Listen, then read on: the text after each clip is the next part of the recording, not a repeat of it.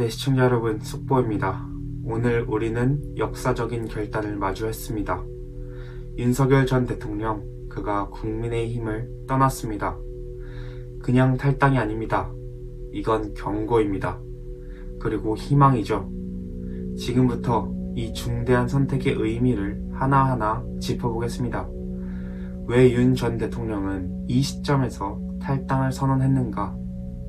이건 무슨 뜻이며 어디로 가려는가? 그리고 이 사건은 대한민국 정치와 우리의 자유에 어떤 뜻을 갖는가?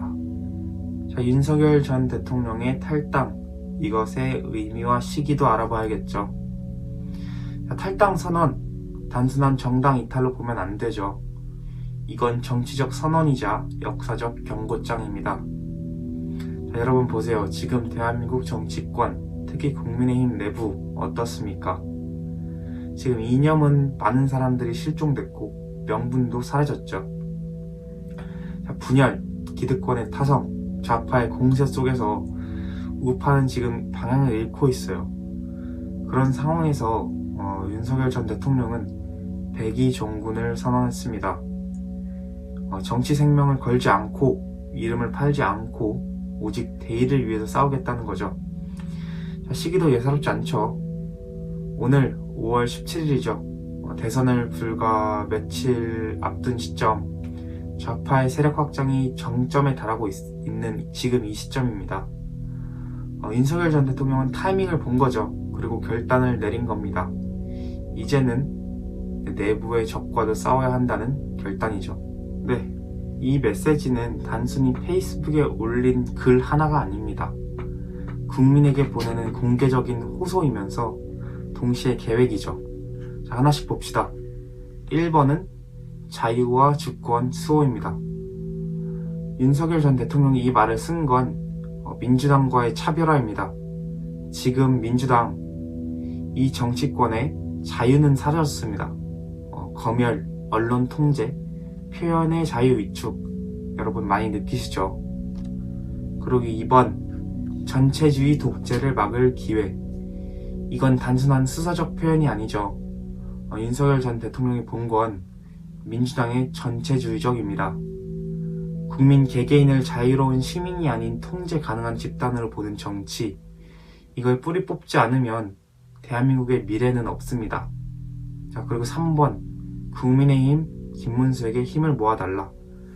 이게 제일 중요하죠. 이게 핵심 포인트입니다. 단순한 탈당이 아닌 지지선언입니다. 김문수라는 인물에게 자유우파의 깃발을 넘긴 셈입니다. 자, 여러분, 김문수는 누굽니까?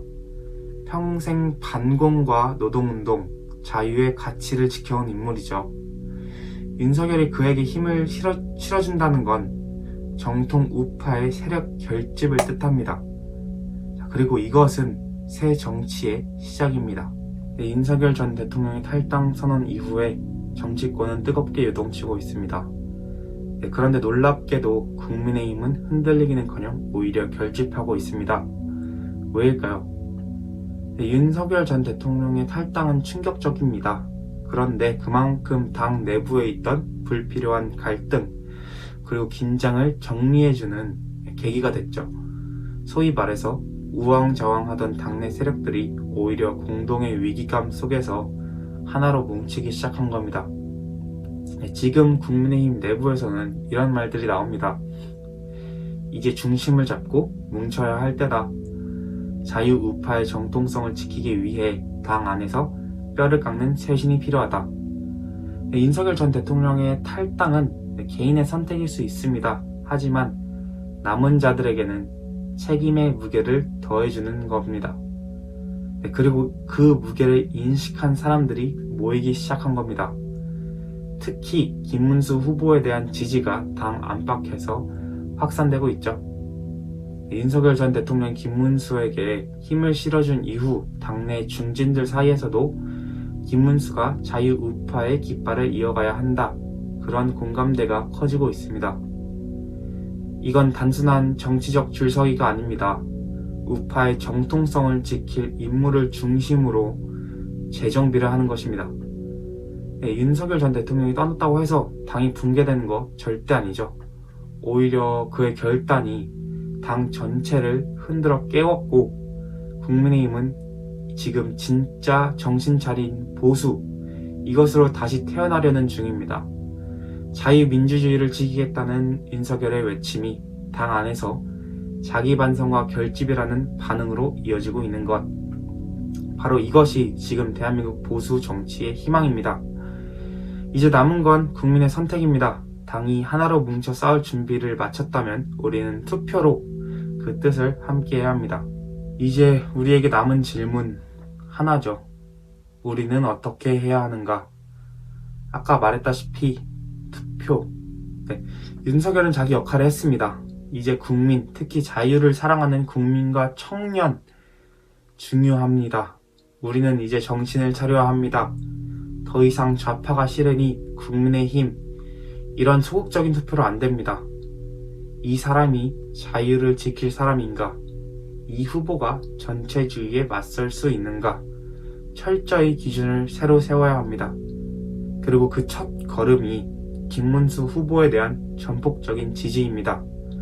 그가 가진 정치적 신념과 철학은 윤석열 대통령 맞닿아 있죠.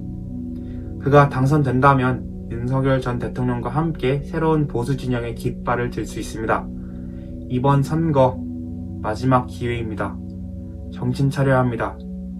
우리가 투표장에 나서지 않으면 전체주의가 다시 우리를 집어삼킬 겁니다. 여러분, 제발 부탁드리겠습니다.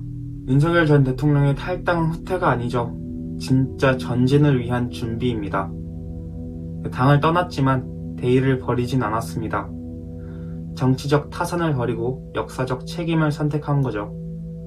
우리는 오늘 정치의 진심을 보았습니다. 지켜야 할 가치를 위해 모든 것을 내려놓는 지도자의 진심을요.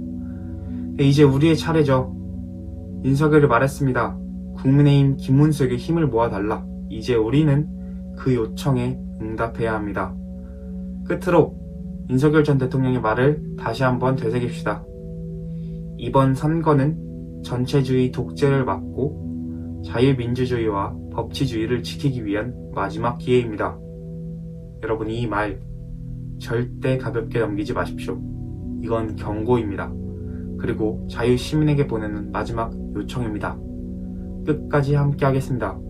자유 대한민국을 지키는 그날까지. 감사합니다.